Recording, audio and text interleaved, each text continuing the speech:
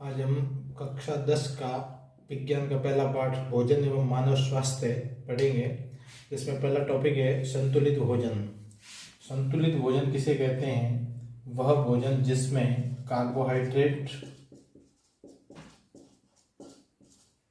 वसा, विटामिन्स व खनिज लवण, जल मौजूद हो, उसे संतुलित भोजन कहते हैं।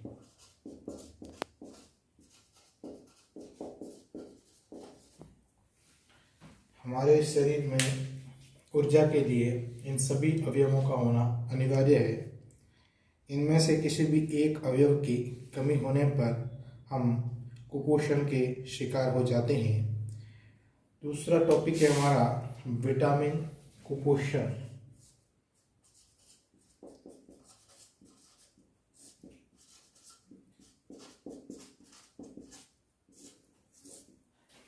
विटामिन की कमी से जो रोग हो जाता है उसे विटामिन कुपोषण कहते हैं। हमारे शरीर के लिए विटामिन अत्यंत सूक्ष्म मात्रा में आवश्यक होता है, मगर यह कार्य की दृष्टि से महत्वपूर्ण होता है।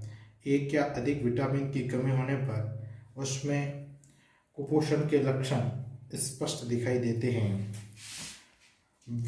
कुछ हम कुपोषण, विटामिन से होने वाले कुपोषण के बारे में पढ़ेंगे। नंबर 1 पहला है विटामिन ए की कमी से कौन सा रोग होता है? तो ये विटामिन ए और इसकी कमी से रोग होता है, उसका नाम है रक्तौंधी रोग। विटामिन ए को रेटिनॉल भी कहते हैं। इसका असर क्या प्रभाव पड़ता है? इस रोग का लक्षण क्या है? कम प्रकाश या रात में दिखाई नहीं देता। कम प्रकाश या रात में दिखाई नहीं देता, नाइट ब्लाइंडनेस इसको कहते हैं। नंबर 2 है विटामिन B1, जिसको थायमिन भी कहते हैं। विटामिन B1, इसका दूसरा नाम थायमिन भी है। इसकी कमी से जो रोग होता है उसका नाम है बेरी-बेरी रोग। बेरी-बेरी रोग, इस रोग के जो लक्षण हैं वो हृदय धड़कन कम हो जाती है, पेशियां व तंत्रिका कमजोर हो जाती है। हृदय धड़कन कम हो जाती है, पेशियां एवं तंत्रिकाएं कमजोर हो जाती है।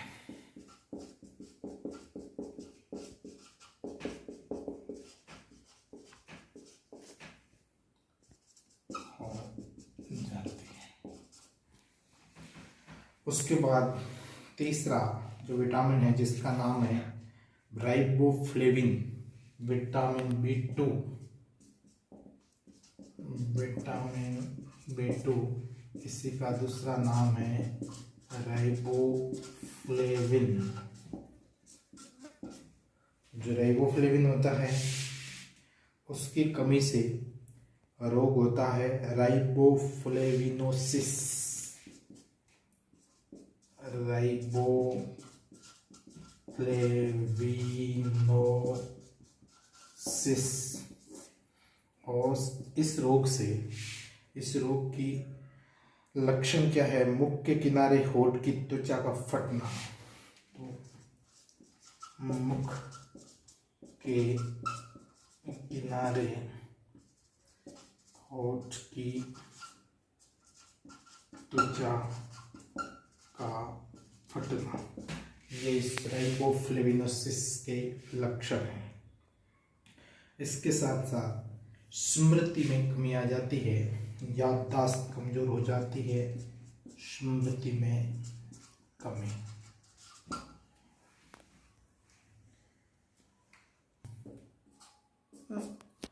चौथे विटामिन की बात करते हैं जिसको विटामिन B3 कहते हैं और इसी का दूसरा नाम है नियासिन।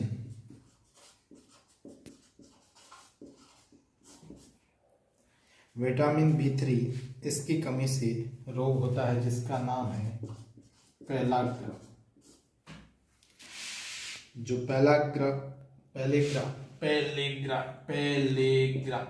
पेलेग्रा जो रोग है, इसमें जीभ व त्वचा पर पपड़ी जम जाती है। जीभ व त्वचा पर पपड़ी जम जाती है। नेक्स्ट जो विटामिन की कमी से होने वाला रोग है, जो विटामिन C, जिसका दूसरा नाम है एस्कॉर्बिक एसिड। एस्कॉर्बिक अम्ल, इससे जो रोग होता है उसका नाम है स्कर्वी। और यह दांतों का रोग है। इससे मसूड़ों से खून आता है और त्वचा पर चकत्ते बनते हैं। मसूड़ों से खून का आना व त्वचा पर चकत्ते बनते हैं। उसके बाद विटामिन D, जिसको कैल्सीफेरॉल कहते हैं,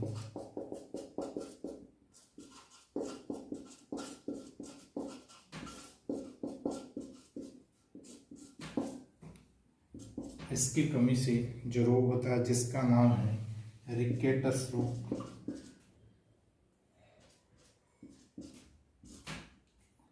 और रिकेट्स रोग में पैरों की हड्डियां मुड़ जाती है, घुटने पास पास आ जाते हैं। पैरों की हड्डियों का मुड़ना, घुटने पास पास आ जाते हैं। ये सारे विटामिन से होने वाले कुपोषण या रोग के बारे में।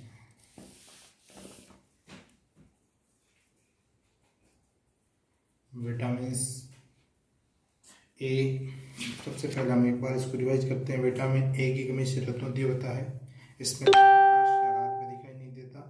विटामिन B1, जिसको थायमिन कहते हैं, इससे बेरी रोग होता है। हृदय की धड़कन कम और पेशियां तंत्रिका कमजोर हो जाती है। विटामिन B2 राइबोफ्लेविन, जिससे रोग का नाम राइबोफ्लेविनोसिस है। मुख के किनारे व होठ की त्वचा का फटना और स्मृति कम हो जाती है। चौथा है नियासिन या विटामिन B3, जिससे पेलेग्रा रोग होता है, इसमें जीभ व त्वचा पर पपड़ियाँ पड़ना। उसके बाद है पांचवा एस्कॉर्बिक अम्ल या विटामिन C, इससे स्कर्वी रोग होता है, मसूड़ों से खून का आना, त्वचा पर चकत्ते बनना। उसके बाद है विटामिन D, जिसको कैल्सीफेरॉल कहते हैं, रिकेट्स रोग होता है, पैर की हड्डियाँ मुड़ जाती है और घुटने पास पास आ जाते हैं। अब हम पढ़ेंगे आगे प्रोटीन कुपोषण। ये था विटामिन कुपोषण। अब पढ़ेंगे प्रोटीन कुपोषण।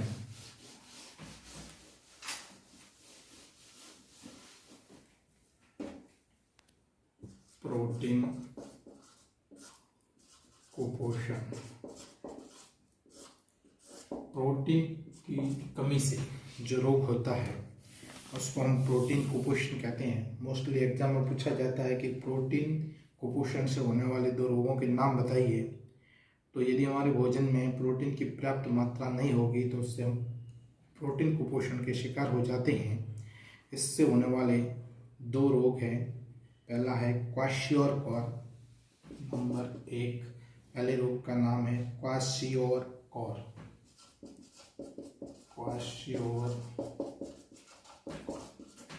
ये पहला रोग है जो प्रोटीन की कमी से होने वाला रोग है।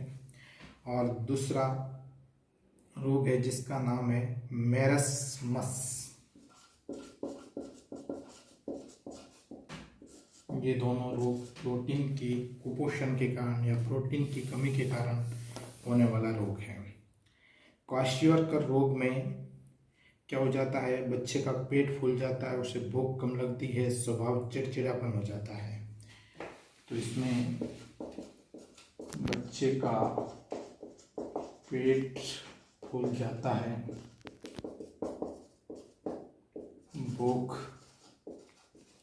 कम लगती है और स्वभाव चिड़चिड़ापन हो जाता है। ये तीनों लक्षण क्वाश्योरकर के हैं।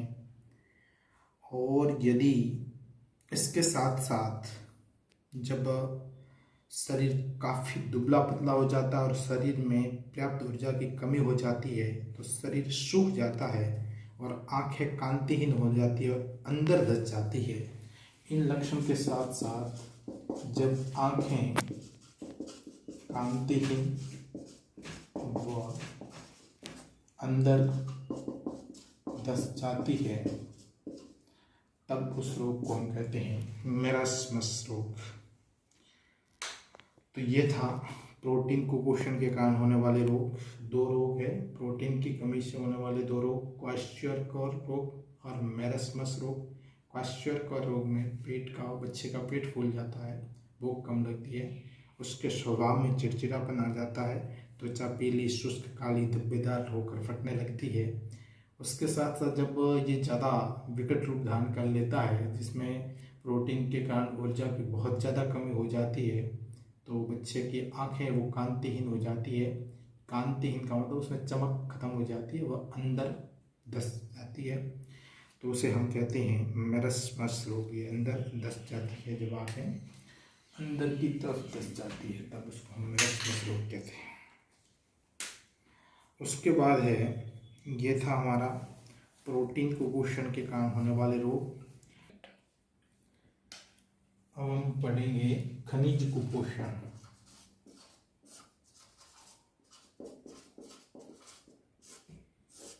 खनिज लवण जो मिनरल्स होते हैं ये भी हमारे शरीर का संचालन में मुख्य भूमिका निभाते हैं। इनमें से कुछ हम पहले इनके बारे में पढ़ेंगे कि लौह तत्व है वो रुधिर के हीमोग्लोबिन का भाग होता है। लौह तत्व रुधिर के हीमोग्लोबिन का भाग होता है। तो जो आयरन होता है वो हीमोग्लोबिन का भाग होता है। अगर आयरन की कमी हो जाएगी तो एक रोग होता है जिसको एनीमिया या रक्तहीनता कहते हैं। उसके बाद कैल्शियम और फास्फोरस, ये कैल्शियम व फास्फोरस हड्डियों के निर्माण व मजबूती के लिए उत्तरदायी हैं।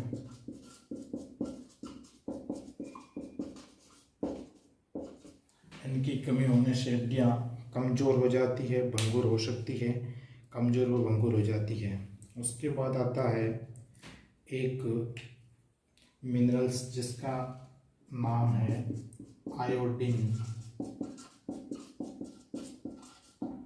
आयोडीन हमारे थायराइड ग्रंथि में थायरोक्सिन हार्मोन होता है, थायरोक्सिन हार्मोन में आयोडीन होता है।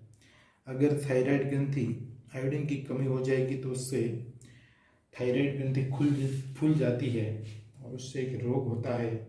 उस रोग का नाम है गेंगा या गलगंड रोग, जिसको हम गोइटर रोग कहते हैं। तो आयोडीन की कमी से जो रोग होता है उसका नाम है गलगंड रोग, पब्लिक इसको गेंगा रोग भी कहते हैं, गोइटर रोग।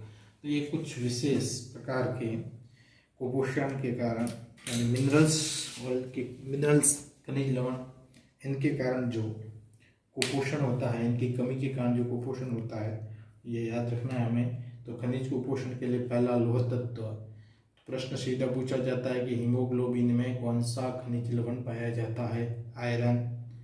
फिर कैल्शियम व फास्फोरस का क्या रोल है हमारे शरीर में? तो हड्डियां व दांतों के निर्माण में, हड्डियों के साथ साथ दांतों का भी निर्माण करते हैं, हड्डियों को मजबूती प्रदान करते हैं। फिर प्रश्न पूछा जाए गलगंड या घेंगा रोग किसकी कमी से होता है, तो हमें याद रखना है कि आयोडीन की कमी से होता है, या आयोडीन की कमी से कौन सा रोग होता है, तो गलगंड घेंगा रोग। अगला टॉपिक है हमारा मानव स्वास्थ्य और उसमें पानी, पीने का पानी। तो पीने के पानी के गुण। आज जो हम पानी पी रहे हैं उसमें भी कई प्रकार की मिलावटी चीज़ें आना शुरू हो गई है, कारण कि जल का भूमि से अति दोहन हो रहा है। पानी का ग्राउंड लेवल जो जल स्तर है बहुत ही गहराई में चला गया है। इसके कारण इसमें भी कई प्रकार के डिटर्जेंट्स मिल जाते हैं, कई प्रकार के रंग मिल जाते हैं, कई प्रकार के फैक्ट्रियों से निकलने वाले प्रदूषित जहरीले पदार्थ मिल जाते हैं। इसके कारण ये जल भी क्या हो जाता है, दूषित हो जाता है। इसीलिए पानी का जो पीएच है वो इन सारे पदार्थों के मिलने के कारण बिगड़ जाता है। हमारा कम से कम पीएच का मान है वो 7 से इधर उधर नहीं होना चाहिए। अगर 7 से अधिक होगा तो वो क्षारीय गुण प्रदर्शित करेगा, 7 से कम होगा तो उसमें अम्लीय गुण आ जाएगा। इसीलिए जो जल पी रहे हैं उसमें जल में दूषित जल ना हो, और जो हम जल पी रहे हैं उसका पीएच है वो 7 ही होना चाहिए। तो पहली बात, उसमें पर्याप्त मात्रा में जल में पर्याप्त मात्रा में ऑक्सीजन उपस्थित हो। दूसरा हो जाएगा जल जीवाणुओं से रहित हो।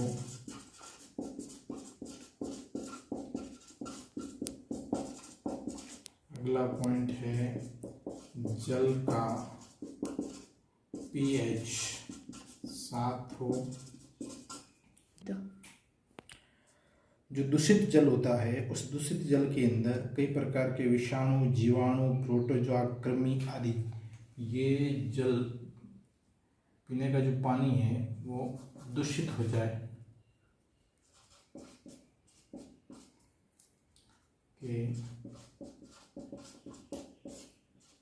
दूषित होने पर उसमें कई प्रकार के जीवाणु, विषाणु, प्रोटोजोआ आदि ये मिल जाते हैं। कई प्रकार के कृमि भी मिल जाते हैं। इनके मिलने से क्या हो जाता है, पीने का पानी है वो दूषित हो जाता है। अब इसके कारण हम ये जब जल पीते हैं प्रदूषित जल, तो इसके कारण कई प्रकार के रोग होते हैं, जैसे हेपेटाइटिस है, फ्लू है, कॉलेरा है, टाइफाइड है, पीलिया है, ये खतरनाक बीमारी होती है। अब हमारे राजस्थान में एक रोग था जिसका नाम है बाला या नारू रोग। इस पर अक्सर प्रश्न पूछा जाता है कि बाला या नारू रोग का रोग जनक कौन है। तो इसका रोग जनक एक प्रोटोजोआ है जिसका नाम है ड्रैकनकुलस मेडिनेंसिस। ये एक्चुअल में कृमि है, प्रोटोजोआ नहीं है, ये कृमि है जो टीम ये रिंग वर्म का आता है, कृमि है, प्रोटोजोआ नहीं है। तो ये इसका नाम है ड्रैकनकुलस मेडिनेंसिस। ये हमें नाम याद रखना है कि बाला या नारू रोग किस कृमि के द्वारा फैलता है। तो हमें याद रखना है ड्रैकनकुलस मेडिनेंसिस। ये सदैव अपने अंडे मनुष्य के शरीर के बाहर जल में देता है। ये अपने अंडे कहाँ देता है, जल में देता है। और जब मनुष्य इसके संपर्क में आता है, मनुष्य जब इसके संपर्क में आता है तो जल से मनुष्य में प्रवेश कर जाता है और इससे ये रोग फैलता है। हमारे राजस्थान में इसके लिए कई उन्मूलन कार्यक्रम चलाए गए सरकार द्वारा। नारू उन्मूलन कार्यक्रम के तहत सन 2000 के पश्चात इसका कोई भी रोगी नहीं पाया गया है। 2000 के बाद, सन 2000 के बाद इसका कोई रोगी नहीं पाया गया। ये बहुत ही भयंकर रोग था। अब इसका पूर्णतः उन्मूलन कर दिया गया है। इस रोग से बचने के लिए हमें क्या क्या करना चाहिए? पानी को छान कर पीना चाहिए। दूसरी बात, उबाल कर शुद्ध जल को पीना चाहिए, और इससे क्या होगा, जल स्वच्छ होगा तो हम भी स्वच्छ रहेंगे।